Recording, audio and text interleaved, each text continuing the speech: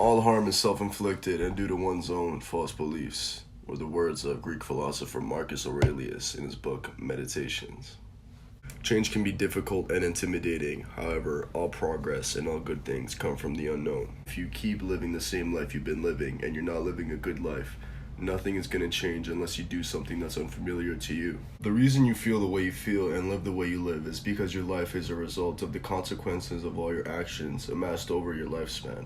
In other words, your life is the current sum of all the actions you've ever done in your whole life, intentionally or not. If you do good habits, you are more likely to be living a good life. If you continuously do bad habits, you are more likely to not be living a good life. The first thing you must do is take a third-person perspective and find that habit that you do that you know is not good for you. These habits can be obvious or they can be subconscious. Some examples can be having a bad diet, bad posture, bad sleep, doing drugs, partying, alcohol, living in an emotionally toxic environment or psychologically toxic environment, as well as having toxic people around you in places you go, such as school or work. Some subconscious things can be self-image, lack of confidence, or even existential dread, which is something that I've felt before, which can definitely be pretty scary. But it is something that can be beaten and overcome, the same as every other challenge in life. Because there's a lot of good in life, and it just takes a change in perspective to realize that.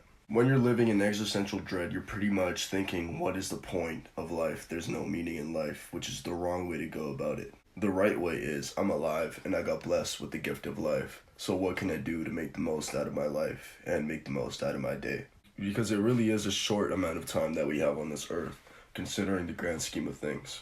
Emotional addiction is pretty much when you've accustomed your brain to thinking in certain loop patterns as well as thinking certain emotions over and over to the point where it becomes the baseline emotion of your brain, which in turn dictates how you go about your day, which then ends up dictating how you go about your life. There's a quote that says, "Show me how you spend your days, I'll show you how you'll spend your life." Emotional addiction is essentially being attached to the way that certain thoughts make you feel, whether they're good for you or not. An example could be somebody who lives in a constant state of stress. They are living in a state of survival versus living in a state of creation, which is how humans have evolved to be able to live like now. By living in survival all the time, this is sending your cortisol through the roof, your cortisol being the stress hormone in your body, which is not good for you. Humans are only supposed to have spikes of cortisol in the morning because this is what made us want to get up and want to get food versus just hanging out and starving to death. Humans had the spike of cortisol because it told them that they needed to wake up and go hunt their food in order to stay alive, as well as feed those around them. The problem is, when it comes to the modern day and age, a lot of people have become addicted to stress, which is something that I've seen firsthand when I was growing up in my life, which in turn did end up affecting me because your environment does dictate your life, which is why I became an adapter, but that's something I'll get into in a bit. So you might be asking yourself, Jay, how do people get an emotional addiction? And I'll explain how people get it as well as how to undo it. The way it's built is through constant reaffirming. I'll give you guys an example. Rob feels emotionally stressed, and every time he feels emotionally stressed, he drops a stone. And this stone doesn't do much on its own. However, as Rob keeps feeling more and more stressed by situations he made up in his head, the day goes by and more stones are dropped onto this pile. The pile becomes bigger. A couple months go by, and Rob now has a whole mountain of emotional stress because he kept dropping those stones. Every time he felt emotionally stressed, he gave in to that emotion, and he decided that it was real because your brain only feels what you allow it to feel. And Rob decided that every time he felt stressed out, he would dive into that and he would linger on that. So now compare that to Joe, who had a nice upbringing. He had a loving home. He grew up and he was good at sports. He was good at math. He was good at reading. He was just a very jack of all trades kind of guy. And what happened was he would join tournaments. He would win first place. He'd get lots of trophies. So every time he would win, he would see something in front of him that would kind of congratulate him for winning. Maybe he would hear congratulations from his teammates or whatever. But long story short, he ended up liking how it felt to win, which in turn ended up making him want to win even more and more and more. So now you have Rob and you have Joe, which are two people that are emotionally addicted to certain emotions, but one of them is emotionally addicted to stress, which will only deteriorate their health as well as everything else in their life. versus the other one who's addicted to winning. Now, can it be a problem to be too addicted to winning? Yes, of course, but realistically, you're never going to hear anybody complaining about winning too much because it's just something that doesn't really make sense. And now compare that to somebody who is always complaining or always has something to complain about. You probably see that pretty often because people are emotionally addicted to stress, and therefore that's all their life revolves around is just stress, stress, stress. So that's all that you'll ever hear from them. You probably know somebody who's always complaining, and honestly, these people are energy vampires, and the best thing that you can do with these types of people is honestly just steer clear, because you can either try and help them understand where they're going wrong and let them know about their mistakes, but they will probably take it the wrong way and think that you're being evil or being mean or whatever. So they'll look at it the wrong way because these types of people are not open-minded. If they were open-minded, they wouldn't constantly be complaining about stress.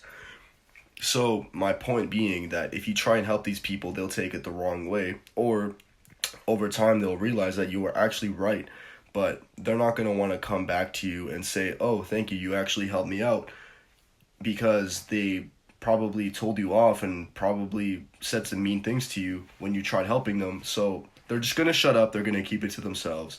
They're going to change because of you, but they're not going to let you know that they changed because of you. So the best thing you can do with these people is just steer clear.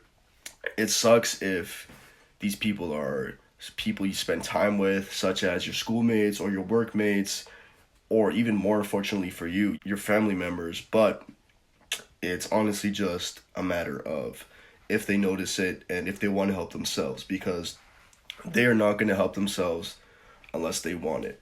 You know, they're not going to receive help unless they want to be helped. So there's not really much you can do. So you might be asking yourself, Jay, how do I undo this emotional addiction? And the truth is, it is f***ing hard. Like, this is f***ing hard. This bad habit is probably something that you've been doing for a while now, and you're not going to undo it in 5-7 days. No, you're probably not even going to undo it in a month. Like, if you undo it in a month, consider yourself very lucky, because that's quite the feat to pull off. Most likely this is going to take probably around like 2.5 months to 3 months to fix, because it's something that you've been doing your whole life. You can't undo a habit in just 7 days, because you're not going to see good results by just brute forcing it. You have to go to the root cause, and once you've found the root cause, you start working backwards from there, reverse engineer, and then once you know it, you're going to be able to overcome whatever bad habit it is that you've been doing repeatedly over the past years. You can overcome that. And the way to look at it is there is a first stone for everything. Now, what do I mean by this? The first time that Rob emotionally stressed himself out, there was a first stone, you know. Before there was a mountain, there was a stone, you know. Before it was all the way up here, he just had this first little tiny stone dropped on the floor. So if you want to become the president, well, guess what? There is a first stone that you can take for that.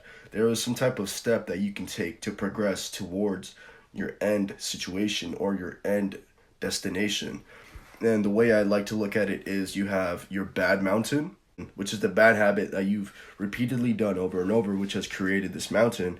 And then you have your end mountain, where you're trying to end up, and it's a place that you haven't built up to yet. So realistically, it's going to be an end mountain only after you've put in the work. Right now, it's just a patch of dirt, which you need to drop your first stone on. That's your first step. Find out what your end mountain is. Once you have your destination, now you can reverse engineer and find out what is your bad mountain, and you can start focusing more on the good mountain, aka your end mountain. Once you have found out what is your bad mountain, you can work from there. You must know what your bad mountain is, or else you will not be able to do this. So let's take somebody who has a bad diet, a bad sleep cycle, bad posture, you know, they don't have good hygiene, and they're very obese. Let's take this person and let's set them the goal of having a six-pack. Yes, they might have a lot of other bad habits that they need to focus on. However, by going to the gym, getting a gym membership, going to the gym, having his first workout, he just dropped a first stone into living his end life, like living his goal life. And it may not look like a lot because he has all these other mountains with bad habits that are just ginormous. And he has this new habit that he wants to build, and it's just a tiny stone. However, what he does is he goes to the gym and he acknowledges the fact that he did the hard work. You know, once he finishes his workout, he says, "Holy, I actually put in work. I feel proud of myself. I'm getting closer to my end destination. And I feel good about what I did. And I'm also ready to go back next time. I'm very motivated to go again." Now, he has this mindset of every time he drops a stone, he's able to appreciate it, acknowledge it, and use it to help him go further. Now, compare this to somebody who was going to the gym, but once they finish the gym, they don't think about the gym at all. They don't think about the work that they put in at all. They just leave the gym, dust off their hands, and they're like, "Oh, well, whatever, that's done." And they don't think about the gym until they see a reminder on their phone telling them to go to the gym because they have to go to the gym. Compare these types of people, one who appreciates the goal and the reason of why they're putting in the work versus the other person who just does the work and doesn't really think about it.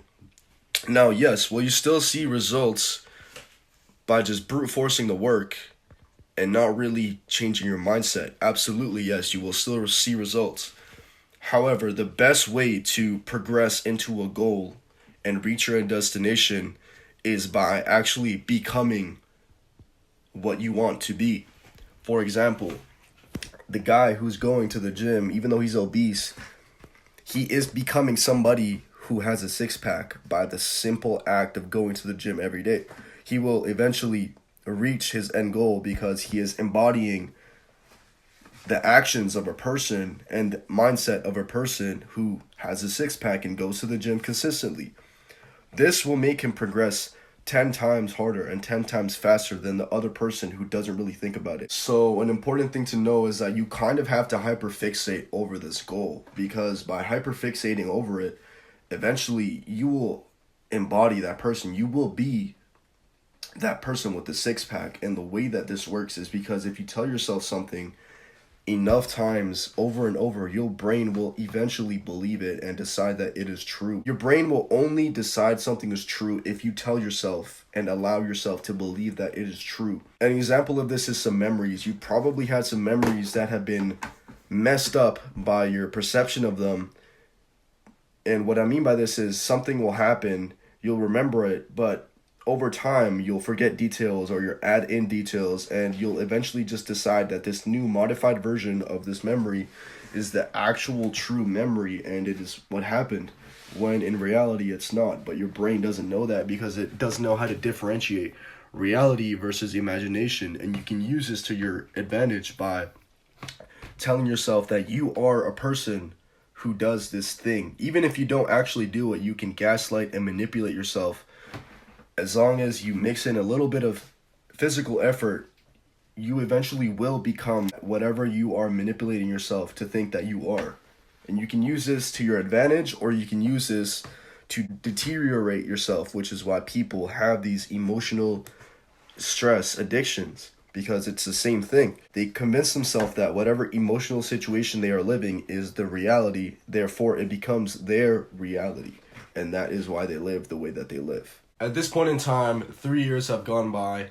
Buddy has dropped so many stones that now he has a six-pack. Like, he went from being obese to having a six-pack just by the simple act of dropping a stone every day or every 2 days or whatever, whenever he felt like it, as well as acknowledging the fact that the reason he even dropped a stone in the first place is to work towards a bigger goal.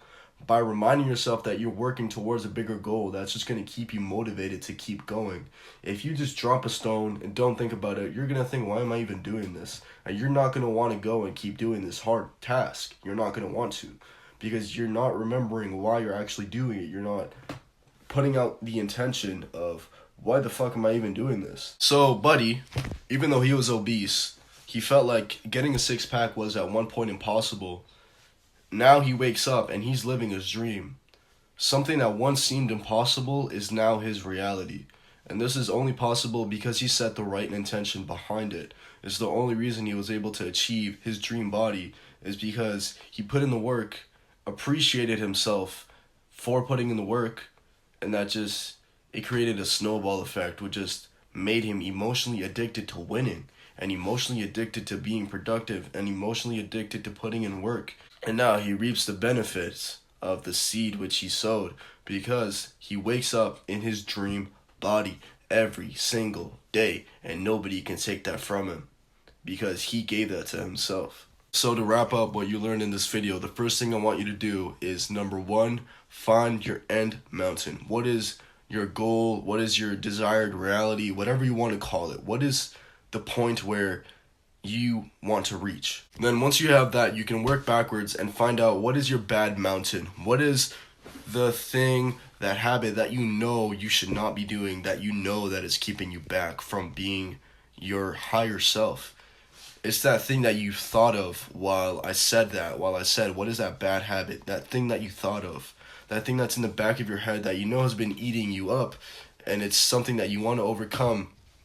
Well, you first start by defeating it by finding out what it is. So once you find out what it is, you can reverse engineer your way to work away from being a person who does this bad habit to being a person who has their desired reality. And then step number 3 is to drop those stones. Drop those stones, baby. Repetitions, staying consistent. Those are the things that are going to get you far, as well as emotionally charging your intentions behind these tasks and behind these stones. Let's say if you wake up and you decide to go on a run, you're like, hey, you know what? I'm going to go on this run because I want to become a healthier person. I'm going to go on a run because I know this is going to suck, and it's going to make me a more resilient person, and it's going to get me closer towards my end goal. It's all about the mindset. Once you have the right intention behind these stones, it'll feel like these stones are piling way faster than they ever could have been if you were just brute forcing it. Because your emotions are the strongest things that you have.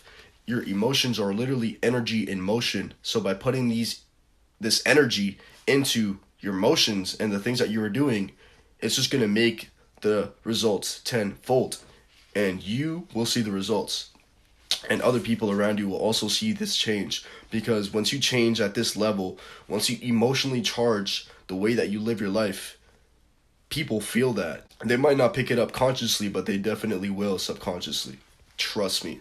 And it's like they say, Rome was not built in a day, so don't expect to reach your final destination in one day, because you will just end up demotivating yourself by setting unrealistic expectations. Remember, this is a marathon, this is not a race. The best time to plant a tree was 20 years ago.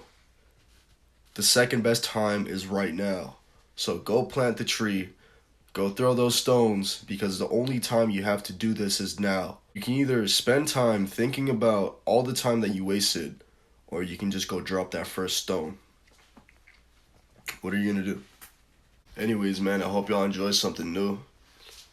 My name is Jay. Glory Vision is the mission. Stay strong-headed, pay attention. Pleasure versus fulfillment, learn their difference. Peace out.